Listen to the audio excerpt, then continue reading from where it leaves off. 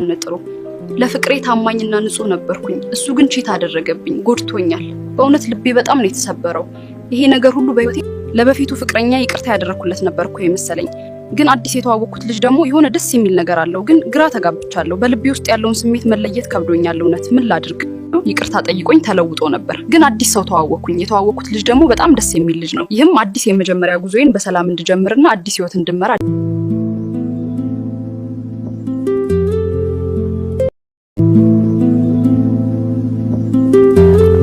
ሰላም ውድ የቻናላችን ተከታታዮች፣ እኔ ይወባላለሁ። አሁን በጣም ያሳዘነኝን አንድ ታሪክ ቴሌግራም ቦታችን ላይ ተላከ ነውና እሱን ታካፍላችሁ እስኪ ሼር ላድርጋችሁና እስኪ እንሂድ ወደ ታሪኩ።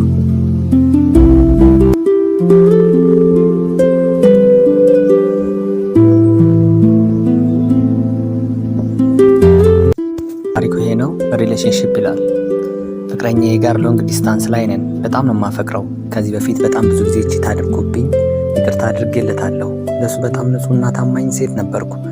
ከዛ በኋላ እሱን ሁሉን ነገር ትቶ ለኔ መለወጥና ጥሩ ሰው መሆን ጀመረ። ኮምፕሊትሊ ተለወጠልኝ። በጣም ፍቅር ውስጥ ገባን። ከዛ ግን እኔ አዲስ ሰው ተዋወቅኩ።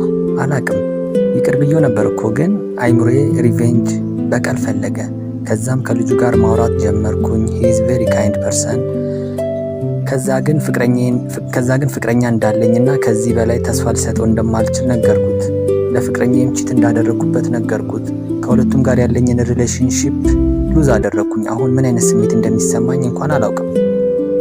ብቻ ግን ለረጅም ጊዜ የተጎዳው ልቤን ሪቬንጅ አግኝቷል። ግን ደግሞ በጣም አፈቅረዋለሁ ፍቅረኛዬን። ዋት ሻል አይ ዱ? የሁለት ሰው ልብ ነው የሰበርኩት። ስቲል ሁለቱም ይቅር ብለውኝ ከኔ ጋር መቀጠል የሚችሉ አይነት ሰዎች ናቸው። ግን እኔ ጥፋተኝነት ስሜት መቋቋም አልቻልኩም። ዋት ሻል አይ ዱ ይላል ታሪኩ። እስኪ ወደ ኮሜንቶች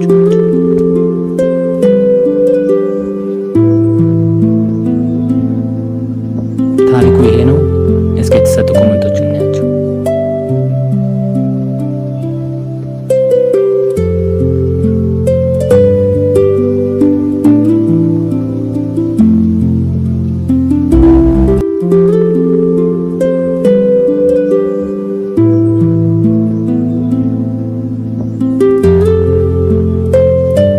ለበፊቱ ፍቅረኛ ይቅርታ ያደረኩለት ነበርኩ የመሰለኝ።